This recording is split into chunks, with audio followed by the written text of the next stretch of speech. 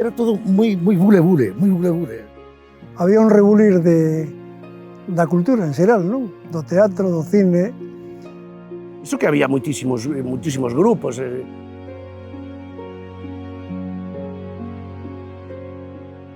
Era Tespis. E claro, Tespis xa o nome.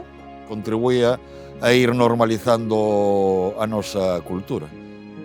Víamos esos actores como xigantes. Cobrábamos unha peseta, xa daquela, cuidado.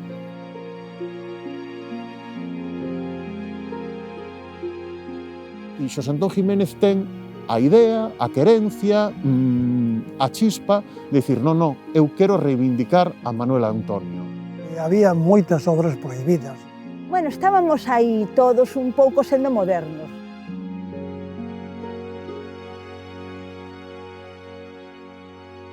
A película me parece un triunfo facela naquela época. A persoa máis contestataria e máis rebelde E o que foi, eu creo que o que foi para a cidade tamén, non? dunha Coruña onde pasaban cousas.